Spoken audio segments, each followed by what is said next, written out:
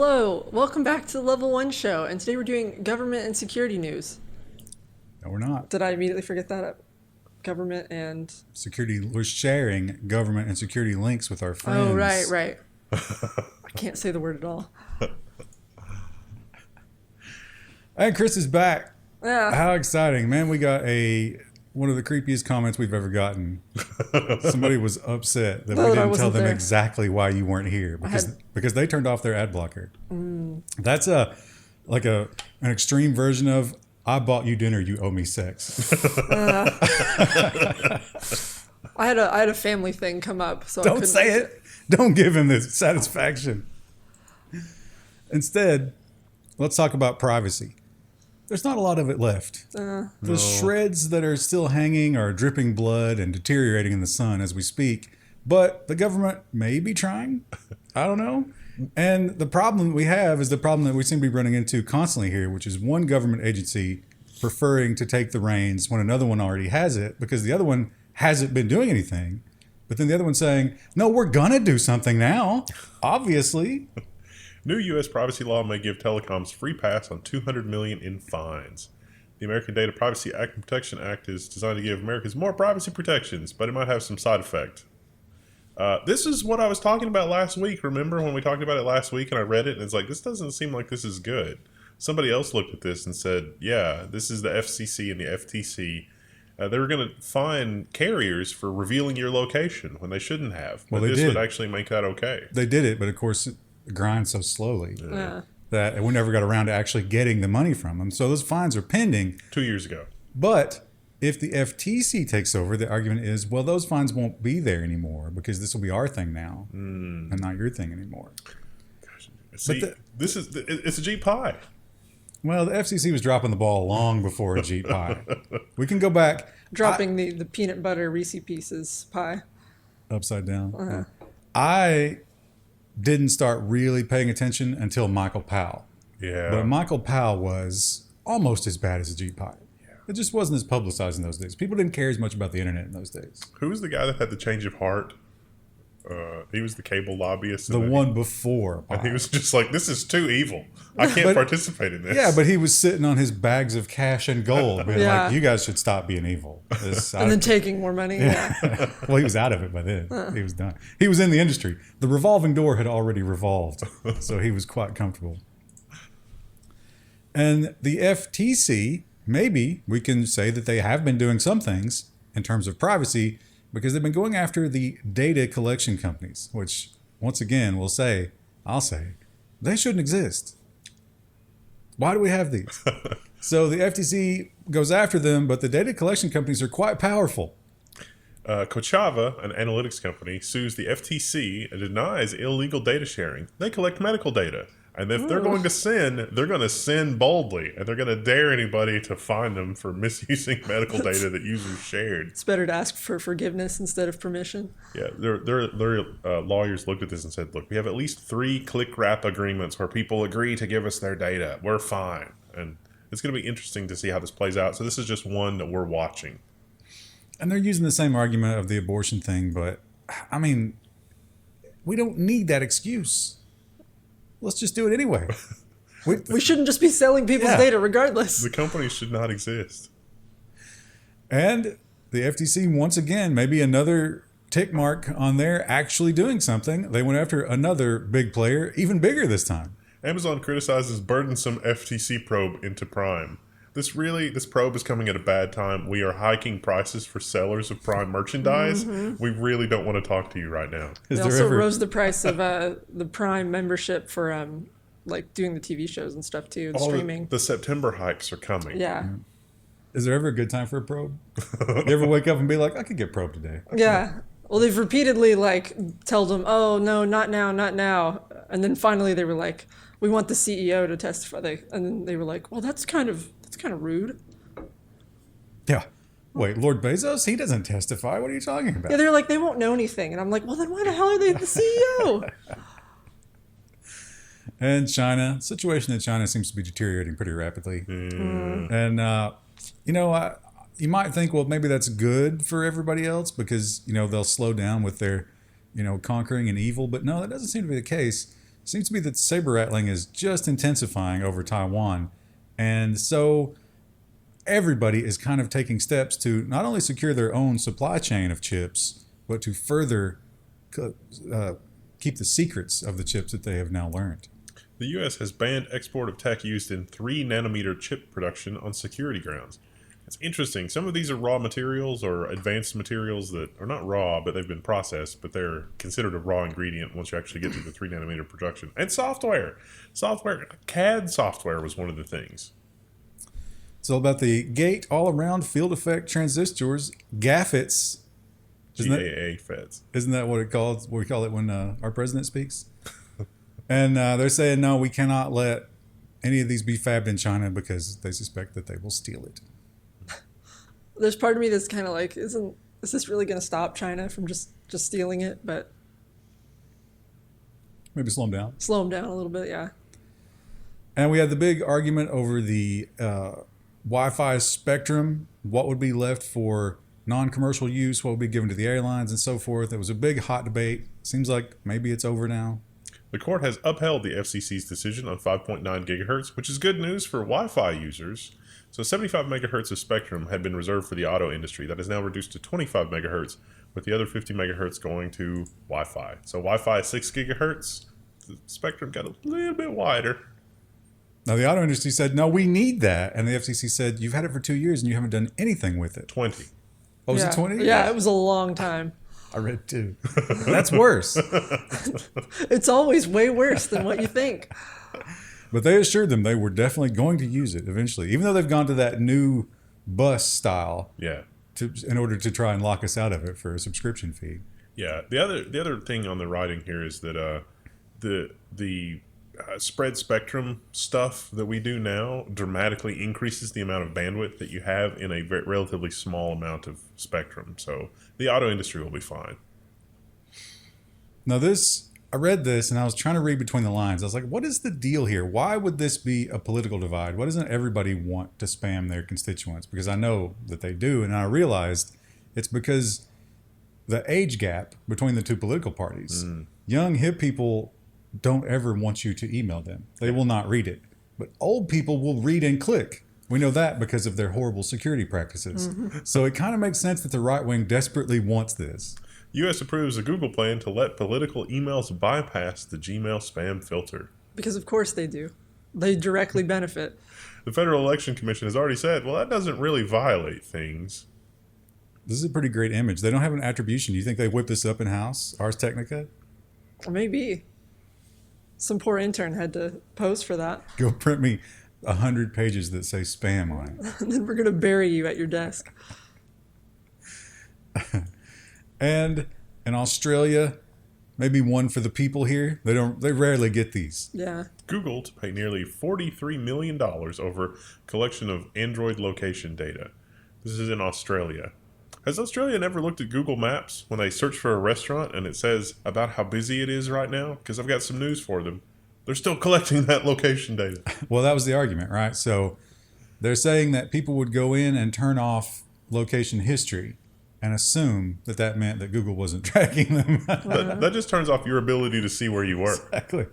And then there was another place that you had to turn off to get even the most basic turn off the location. Even that, of course, does not turn off all of their tracking. And it probably still doesn't, I would say. Last week we talked about Tornado Cash, and it was kind of like, well, it's sanctioned, it's been pulled off GitHub, everybody's banning it, but the guy's okay.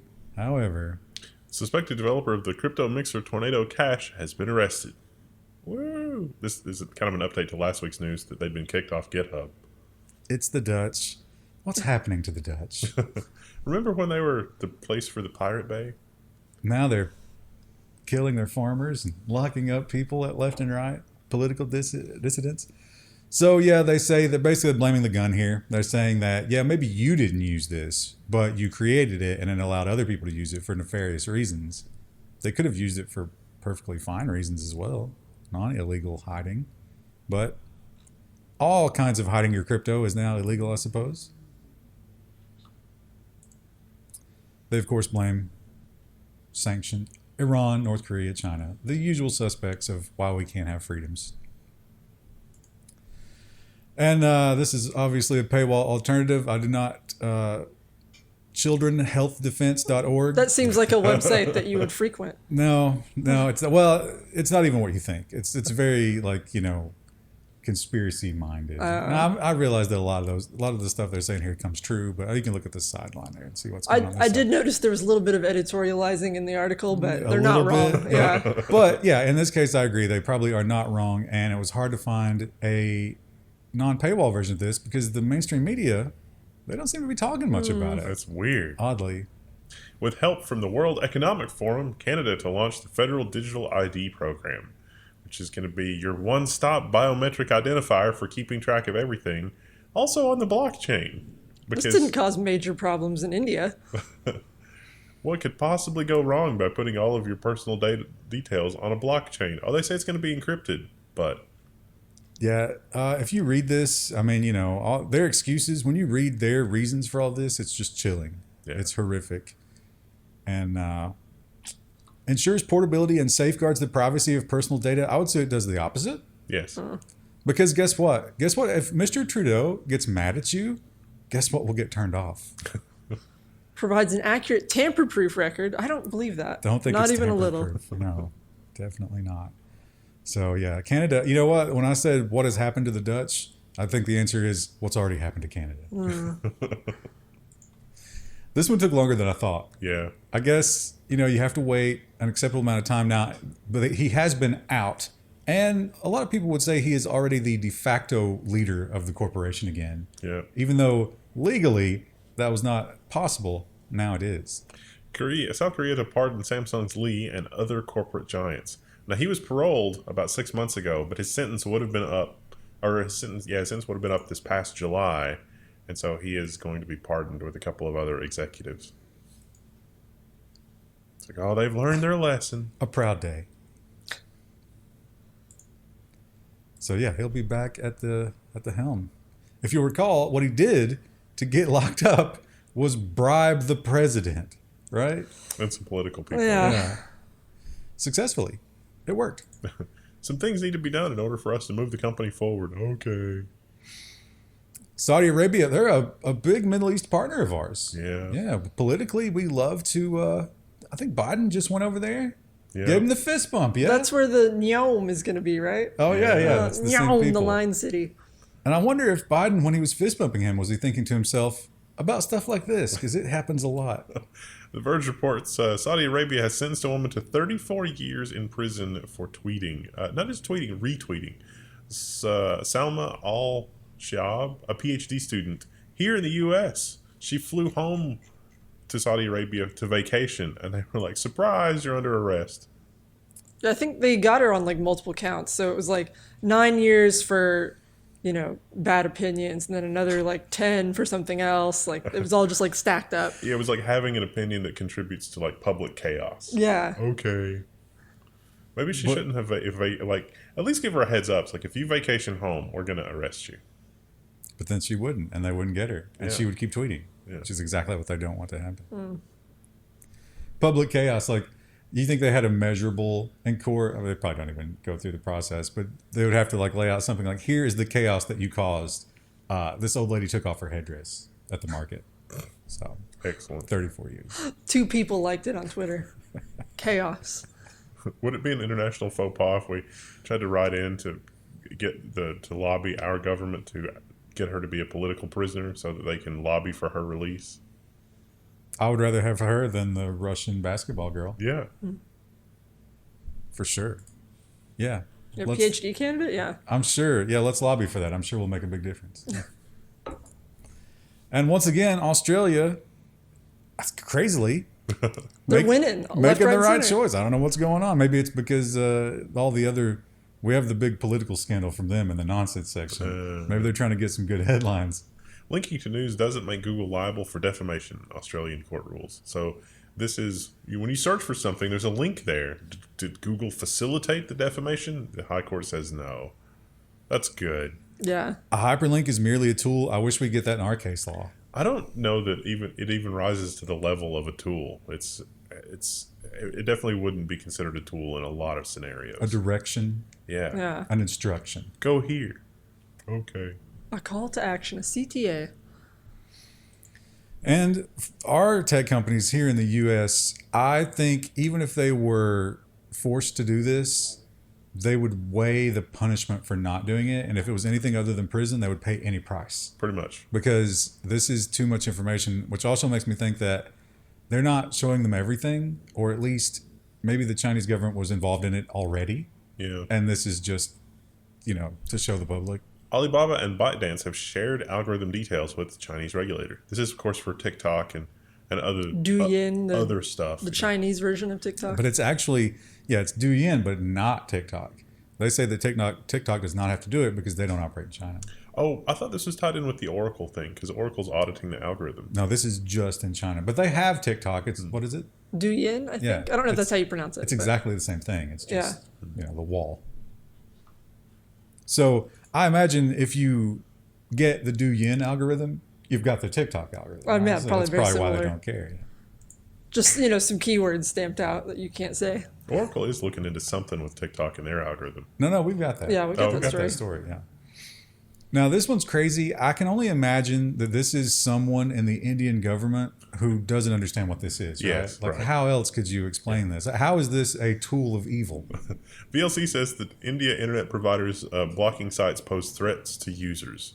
And they're not wrong. So India has ordered that VLC be blocked, and it's because of security, on security grounds. And this may be because some Chinese language websites were distributing a version of VLC that was compromised, that had been backdoored.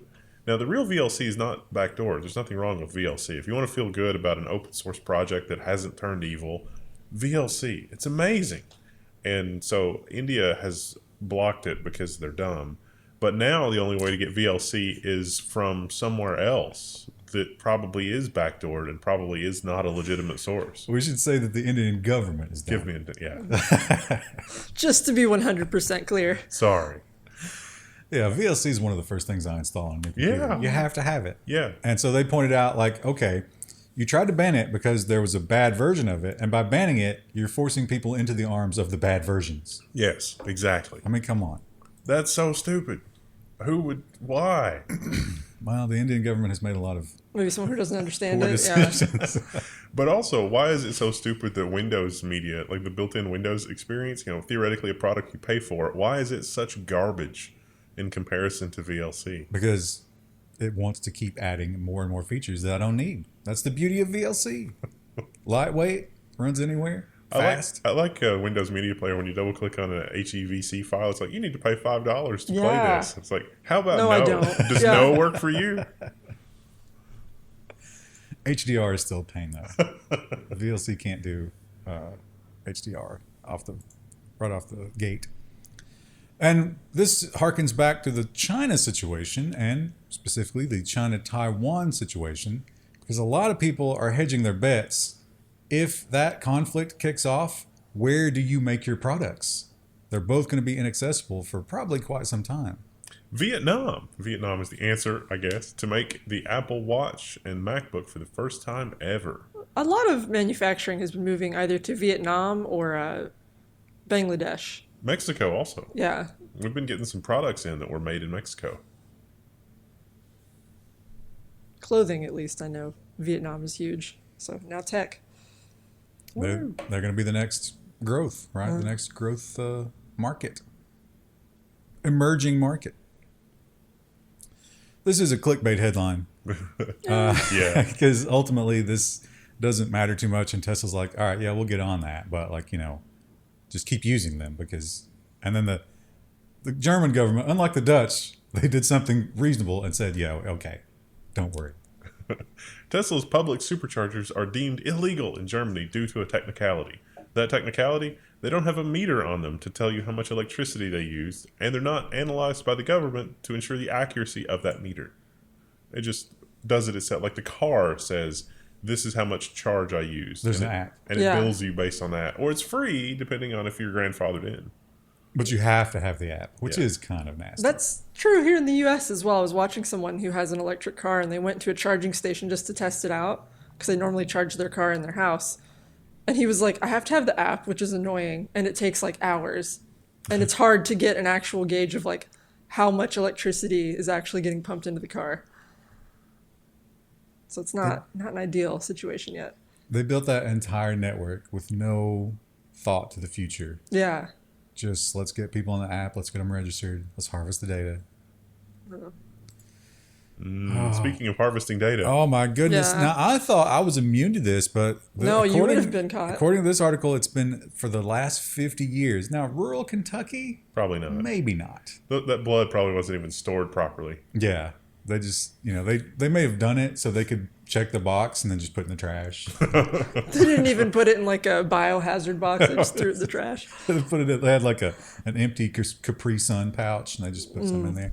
But yeah, this is horrific, and most of you are caught up in this. Police used a baby's DNA to investigate its father for a crime.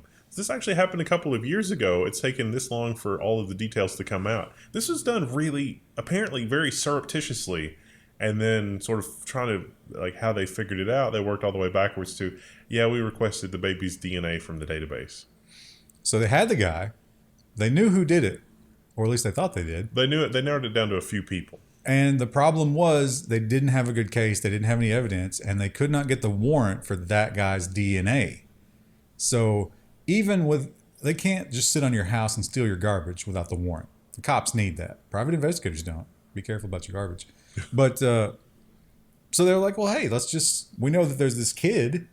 We got this kid's DNA. We know the kid's related to dad. Let's take a look at that. And the hospital was like, sure, here you go.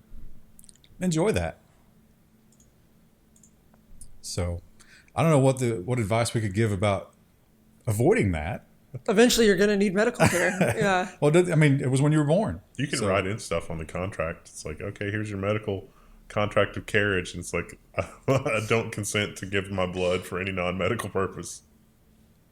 I just got a letter from GM because I leased from them and then bought it out. And they're like, hey, we're going to sell your data. If you don't want us to, go through this 500-part phone prompt. I still need to do that. That's so annoying. They made it annoying. It's on purpose. Don't comment if you want us to don't sell your data. It's just like, excuse me? what? And it is terrible. And the whole DNA thing is only going to get worse. And testing the babies, there's something there, right? Like there's a reason you want to test your baby. If they're For going to tell genetic you disorder, some horrible disease, maybe you get in front of it or whatever. But this one, I see no reason for this. Nope. These are the people who have betrayed us for the last 3 years, getting more power. Hospital and Drugmaker moved to build vast database of New Yorkers' DNA. They will then use that to exclude you from insurance coverage and make sure that that you have a condition that's easily correctable turns into a chronic condition, so they can make money on you from now until the end of time. Yeah, they said it's a quest to cure multiple diseases because then they would have data about people's genetic history. But it's like, is that really what it's going to be used for? Or is it going to be an insurance scheme? Multiple diseases, none of which are by name. Yeah. We're not targeting anything specifically here. Now, here's the thing about it. They've been doing this, but because the medical industry was so careful about this kind of thing and they understood what was happening, they were like, listen, an employee has to sit down with them and explain to them what they are doing, what they're giving up here. And with this move, they have actually got it down to a 15-minute video. You watch a 15-minute video before you sign that paper and you're done. I guarantee you the video doesn't have anything to do with what's actually going on. We're going to do research and do this really good stuff. But also your insurer is going to have your DNA. Lots of smiling people in the hospital. Why does my policy exclude these 7 things? This isn't in any of the, genetic predisposition to have these things. It's all 7 things that I myself may be sick with. And probably at least one beautiful woman riding a horse, I want to say, in that video for sure. So that's unfortunate. I would recommend maybe say no to that if you're in that situation in New York. And YouTube, we struggle. We struggle with the demonetizations and not being able to say certain words and not being able to cover certain topics. And Patreon and Flowplane, get your membership now. It's quite the minefield, but they have bigger problems, and that is the copyright system. 23 million in YouTube music royalties heist is a reminder that online copyright is deeply flawed. So what happened here is this was international. Well, I think it was in the U.S., but they were Mexican musicians. Yeah. Yeah, it says they're from Phoenix. And some randos just decided, we own the copyright to this. And YouTube said, okay, sounds good. Here you go. And all the royalties were collected and sent there. They were like, well, they did try to verify it, but it seemed like it was pretty easy to fake the verification. Yeah, they faked some documents, but anybody could. Yeah. It was not a big deal. So They only got caught after, how much did they make? Like 30 million? 23. Okay. Now, there might have been some operating costs there. Probably not too much, though. Yeah. I think you probably should get to 10, split it, and then never speak to each other again and just disappear. gone. Ocean's 35 it. Yeah, it's just... You don't want to involve that many people. No. Just stay with the two guys. Did we do this last week? I think this is an extension. Yeah, this is the fallout from that. We covered that this had happened. Oh, It's right. they'll 3 be back weeks. soon. Okay, yeah, right. So it's ongoing. Yeah. NHS staff unable to access patient notes for 3 weeks. Hope you don't need health care. This is why my family keeps extensive notes about anything we do medically. Yeah, most of the time the doctors and stuff don't even care. They're just like, whatever. It's like, I have all these other stuff. It's like, I've already decided what you have. Okay. Every time, like, my family's had a chronic illness, someone goes in with the person who's having surgery or whatever, and then they take notes and ask the doctor questions, and then later on we can talk and or correct the doctor if they say something. This. Yeah, the doctor said this other thing the other day, and then they're like, oh, that's why you keep your own notes. Yeah. It's really horrifying. It's really, really horrifying. I know the doctors are overworked and all that business, whatever, but they have as they move from patient to patient, they retain no knowledge of who they're working with. Right. Like, there is no personal relationship there. I like the graph of number of people that work in a hospital, and it's like since 1970s, and the line for doctors is not even really a straight line, but like administration and billing is an exponential curve. That's just like higher education too. It's like, the people that actually do things are not increasing. It's only the hangers-on. I bet if you could plot quality of care along that same, it would be an inverse. Yeah, likely. Now, we have learned that Amazon, but not only Amazon, also Google and all of the smaller companies, or at least most of them, will give your doorbell footage to the cops. Whether you like it or not, whether you opted in or not, whether you opted out or not, doesn't matter. They will do it. That's bad PR. So the geniuses at the Amazon marketing department got together. They put their heads together and they said, how can we change perception on this? Amazon Studio plans lighthearted show of Ring surveillance footage. But Bob Saget's not around to narrate my grandma falling down a flight of stairs. I was about to make that same comment. I think it's Wanda Sykes. Wanda Sykes, Yeah. who was no Bob Saget. No. I read this headline and I was just like, this is the most dystopian thing. I mean, there's a lot of dystopian things that I've read this week, but that's up there. No, they didn't mention in the article. I assume there will be some compensation if they use your video. What do you think they'll offer you? $100. Prime membership? They probably won't even, because it'll be like, well, you consented to this when you turned on the Ring doorbell. But then people could opt out and do their own version of it somewhere else and actually pay for it. That's probably also limited in the license agreement. The more disturbing thing about this is apparently randos inside of Amazon have had enough access to your Ring footage to decide that there's enough good stuff here to turn it into a TV show. Yeah, they've already started curating it. They're probably sharing links internally. It's like, the best Ring doorbell footage. Go and you can There's watch already a them. folder, yeah. And somebody's like, let's just turn this into a TV show. That was some of the really insane horror stories out of Facebook in the early years. Was all that internal employee sharing of all of that really just gruesome and stuff that should never, like, it's like I'm privately sharing this thing, and then it just turns into it's like, oh, the entire company knew about. You have to admit, anytime there's a hilarious thing going on in a database that we maintain, we do share it together. Yeah. One of my favorite work moments ever was getting the email that there were some names in the database that might be fake and might be offensive. And the best one was Kareem Pie. Well, that's they sent over the people we were working with sent over a list of like usernames that needed to be banned, and that was hilarious too. Kareem Pie. That's so creative. These were high schoolers too. Yeah. Well, Microsoft, they have had a lot of embarrassing security events this month. It's been really bad, and it's not getting better. And of course, what happened? Well, as usual, employees made bad decisions. Microsoft's employees exposed own company's internal logins. on GitHub. They accidentally Ugh. uploaded their passwords to GitHub, which is kind of like when you first learn how to use Git. That's like sort of the first lesson is don't accidentally add sensitive things to the repository. Because it's like, oh, I've removed it from the repository. No, you haven't. Seems like couldn't GitHub throw a little machine learning or even just regex at that problem and be like, hey, it looks like you're uploading an API key.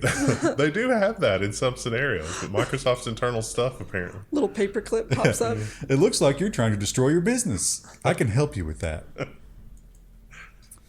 And once again, phishing attacks. That's what gets you. It's not the hacking, it's the phishing. 1,900 Signal users' phone numbers have been exposed by Twilio phishing. There's no, Signal users' data, but people that were using Signal and getting messages from Twilio. It's like, oh, look, it's the same. Now, there's a warning in here that you can also make it so no one can steal your phone number and re-register on Signal without your PIN. You should definitely do that. Now, did we have an explicit story this week? This might have been one of our first weeks in a Define long that. time. An explicit story about a crypto loss. Or A specific one. Or Yeah. like somebody shutting down or preventing withdrawals, yeah. I probably just missed it. But we do have this roundup. Reuters reports that losses from crypto hacks surged 60% to 1.9 billion from January to July. Chainalysis shows. Chainalysis. I don't know. Chainalysis, I think. Chainalysis. It's not a great name. The jargon really kind of getting out of control with crypto. So that's not shocking. I mean, we have been doing headline after headline. And then 3 arrows. Yeah, things get desperate, and it's like, might as well just go hack a bunch of people and steal their crypto. Be careful out there with the crypto space. I know a lot of people don't like to hear that. And Zoom had an embarrassing issue. Update. Zoom for Mac now avoid root access vulnerability. I can't read. You kind of struck. I had a moment. I was like, "Are you having a stroke?" Update Zoom for Mac now to avoid root access vulnerability. The first time you read it, you said like it was a question. Like, update now? I think my brain was recalling the details of this because I saw this really early in the week, and it was basically the installer would just arbitrarily run a file which would give you root access. Haven't we known for a while that Zoom is pretty wildly insecure? What? They keep claiming it's better, but It's that the update runs as root and it doesn't require user interaction. So, it does that nonsense update in the background. Yeah. And then it's like, oh, are you ready to update? Well, you could just replace that file, Yeah. the update file, and make it do whatever you want. And you don't need any special privileges to replace the update file. It doesn't even check to see if it's the right update file. Maybe run that against the hash of known updates in the history of Zoom. You could also roll it back to a previous version, and then they wouldn't even be able to detect that. Yeah. So, not great. More hacking. Maybe this one is a little bit more user-focused. However, as impressive as it is, I don't think it's going to be jailbreaking these anytime soon. This is still they know who you are based on your authentication. The hacking of Starlink terminals has begun. It cost a researcher only $25. They basically just took it apart and put it in a mod chip. It's hardware you own, so of course you're going to be able to hack it, but he was still able to participate in the Starlink network and it wasn't ejected from the network. But it will be. They have patched some of that stuff. He has updated again to get around their patching, but their press release was like, yeah, this is impressive. And they did give him a bug bounty too. So good on SpaceX. But they were basically like, yeah, it's impressive what he did. And he did manage to do what he said, but we still know exactly who he is. yeah. So, I mean, he can't really attack us without us knowing that he did it. This will be really good, though, for the whole Viasat thing, because taking all of the satellite internet things out via Viasat when the trouble began way back in February, ooh. The troubles. And we have another already solved exploit from Microsoft. Microsoft urges Windows users to patch for DogWalk zero-day exploit. Now, this is the one where it's like the problem steps recorder or something in Windows. System diagnostic something, right? Support something. Yeah, the support tool. Microsoft previously said this is not an issue, and then somebody made an exploit that was really, 5 nines of bad, and then Microsoft said, oh, I guess that is an issue, not unlike what they did with macros. Yeah, some people said, we feel like this is urgent. This is an urgent security issue, and his response was, The security community has long stopped believing vulnerabilities and threats will be eradicated anytime soon. So the challenge now becomes developing a kind of agility that can perceive changes to the threat landscape and adapt accordingly. What? What did that mean? That meant just don't do anything. Leave me alone. Yeah. We patched it. Shut up. Just do our job for us and find those things so we can release a patch. It wouldn't have been as cool to say everything is urgent unless it's not being exploited, and in that case, it's not urgent. I feel like we saw this exact same thing before, right? We did. I mean, this is August 17th, but clearly somebody didn't learn the lesson. North Korean hackers have used signed macOS malware to target IT job seekers. So this was a PDF Coinbase. It's like, you want to come work for Coinbase? Here's this PDF. And then the PDF is filled with all kinds of naughty things. Not the, they didn't go to a lot of effort with that. That's not a real Coinbase job offer. Pro tip. That's why you got to only open files in disposable virtual machines. It's getting to that point. And iOS, they have some questionable tactics, especially when it comes to VPNs. The question is, was this a mistake or was this on purpose? This is on purpose. I think I'm leaning in that direction for sure. iOS VPNs have leaked traffic for years, researchers claim. And this has been updated with some clarification from Apple. But using an Apple device, because iOS has built-in VPN stuff, but he was noticing that his Apple traffic from his Apple devices was not traveling over the VPN. And this is because these features are so low level in the Apple operating system that they even bypass software firewall. There was the whole macOS thing where, running something on macOS to see all of the network traffic. It's like, hey, wait a minute, none of the Apple traffic is showing. And it's like, yeah, that's because the Apple stuff completely bypassed all the user interface stuff for the firewall. This would also be true for VPN stuff. As does every connection that is established before you turn on the VPN. And of course, all that stuff is established before you can turn on a VPN. So obviously, I don't know if their stuff was excluded because they specifically excluded it or just because it's impossible to start the VPN before that thing starts. Yeah. Either way, you weren't protected at all. I mean, maybe a little bit, but it's like wearing half a condom. Still pretty ineffective. Tough to keep on, too. A lot of countries are very slowly removing Russia from their culture. It's politically, it's kind of an albatross at this point, let's say. And Estonia is the most recent. Estonia says it repelled a major cyber attack after removing Soviet monuments. I don't know why they would have removed the Soviet monuments. What's going on? It was a tank, too. Yeah. Tanks I don't think have a lot of goodwill right now. If they got the major attack from Russia, it's like, why waste resources on that over a removed monument? Well, they don't have anything else to do right now. And they pointed out that this was the biggest cyber attack in Estonia since 2007 when they took down some communist statues. So that wound was already opened a decade ago. And this is terrifying, and I believe that this will probably become the new norm. Yep. Yeah. Because people are fighting back against it, but it's not stopping it. A tool that monitors how long kids are in the bathroom is now in 1,000 American schools. The e-hall pass is going to track students' movements. Should have called it Hall Pass Plus. There are so many reasons that's a bad idea. Like, what if a kid has a bathroom emergency? Well, so the way this thing works, as I understand it, did they allow kids just to have their phones? I guess it's too hard to fight, right?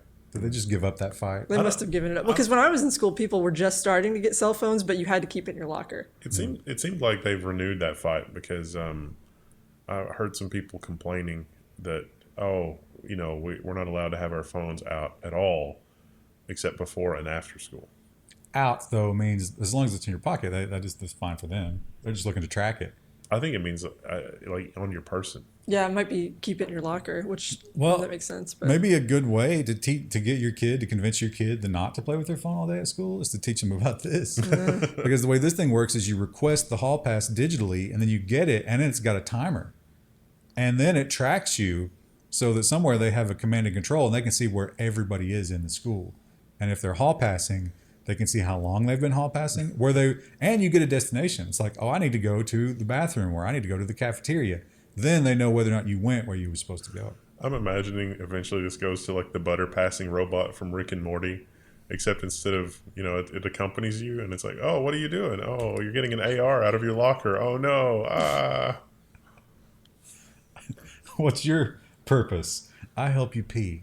I'm just imagining a scenario like you're a middle school girl, you get your period for your first time and you're like panicking in the bathroom, and then the whole time your phone's buzzing like, you need to get back to class, you need to get back to class. There's blood everywhere, you're screaming, you're crying. You text the commandant, whoever's running the command and control. It's like, no, I have an emergency. And they're like, please submit a photo to prove that. See, the butter robot can be trained in that scenario to, it's like, oh, let's get the nurse and let you know that everything is going to be okay. The nurse will just give you a peppermint and that's it. Peppermint. Oh, yeah. There you go. What's that supposed to do? Literally nothing. That sounds suspiciously like a memory. Yeah. Have some refined sugar. That was pretty much it. Like, you go in and be like, hey, I need a Tylenol or something. You have a headache or cramp or whatever. They'd be like, here's a peppermint. Glad we keep you on staff, nurse. That's a coup for Big Peppermint, huh? When did dum-dums get kicked out of the schools? And the banks. The banks used to have candy. I think they still do. Do they? Yeah. The ones I've been to recently had no candy. Maybe they just didn't offer you any because you weren't being a good boy. If they saw me coming in, they took it off the thing. They're like, we don't really want to upset him. All right. Well, tomorrow we will have business and social. All right. Exciting. Exciting times. Bye.